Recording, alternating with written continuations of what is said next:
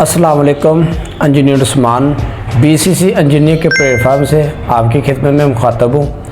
आज मैं आपको बताऊंगा ज़मीन की पैमाइश कैसे की जाती है।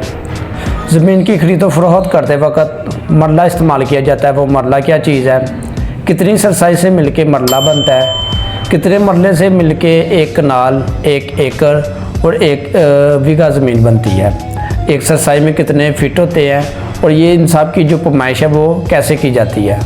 वीडियो में आगे बढ़ने से पहले चैनल को सब्सक्राइब, वीडियो को लाइक, शेयर और कमेंट करें, फॉलो मस्ट है। ज़मीन की पैमाइश को समझने के लिए सबसे पहले आपको करू के बारे में मालूमात होनी चाहिए कि करू किस चीज़ का नाम है। अक्सर और बेशतर आपने किसी भी ज़मींदार को ज़मीन की पैमाइश करते वक्त एक स्टील का राड इस्तेमाल करते हुए देखा होगा, जिसको करू या करम बोला जाता है। ज़मीन की पैमाइश के लिए जो ज़मींदार करू का इस्तेमाल करते हैं उसकी जो लेंथ है वो 5.5 फीट होती है। 5 फीट 6 इंच उसकी लेंथ होती है। अगर इंचज़ में बात की जाए तो उसकी जो पैमाइश है वो 66 इंच बनती है। ये हो गई एक चीज़। और दूसरी चीज़, मरले की पैमाइश को, ज़मीन की पैमाइश को समझने के लिए जो आपके लिए ज़रूरी है वो है फिट। अक्सर आपने सुना होगा कि जो इधर मरला है वो 272 फीट का है या 250 फीट का है या 225 फीट का मरला है।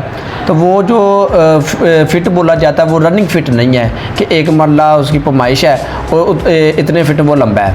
इस तरह उसकी पैमाइश नहीं होती। यानी कि 225, 250 या 272 फीट का जब मरला बोला जाता है तो वो उसकी मुरब्बा फिट की बात की जाती है। ज़मीन की पैमाइश के लिए सबसे पहले आप समझ लें सरसाई। एक सरसाई क्या होती है और इसके कितने फिट होते हैं।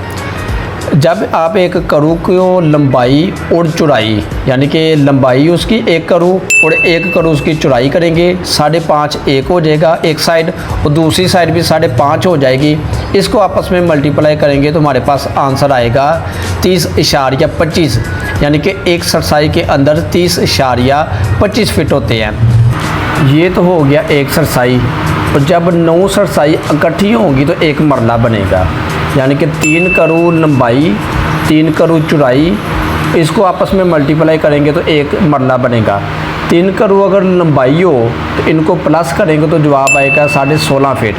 और 3 करू हमारे पास चौड़ाई हो और करू को प्लस करेंगे तो जवाब आएगा 16.5 फीट।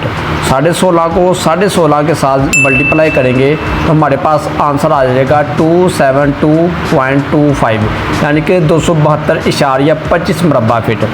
अक्सर आपने सुना होगा कि बोला जाता है 272 फीट का मरला है, वो गलत बात है। हमेशा मरला 272.25 मुरब्बा फिट का होता है। मरले से आगे चलते हैं तो बात करते हैं कनाल की। एक कनाल के अंदर 20 मरले होते हैं, यानी कि 20 मरले इकट्ठे करेंगे तो एक कनाल बनेगा। 8 कनाल इकट्ठे करेंगे तो एक एकड़ बनेगा। 4 कनाल इकट्ठे करेंगे तो हमारे पास 1 बीघा आ जाएगा और 2 बीघे को इकट्ठे करेंगे तो हमारे पास 1 एकड़ बन जाएगा। यानी कि 1 बीघे के अंदर 80 मरले होते हैं। 2 बीघे मिलेंगे तो 1 एकड़ बनेगा। 80 जमा 80 160 मरले बनेंगे तो 1 एकड़ बन जाएगा। एक एकड़ की जो स्टैंडर्ड पैमाइश है वो 198 फीट ज़रब 220 फीट बनता है।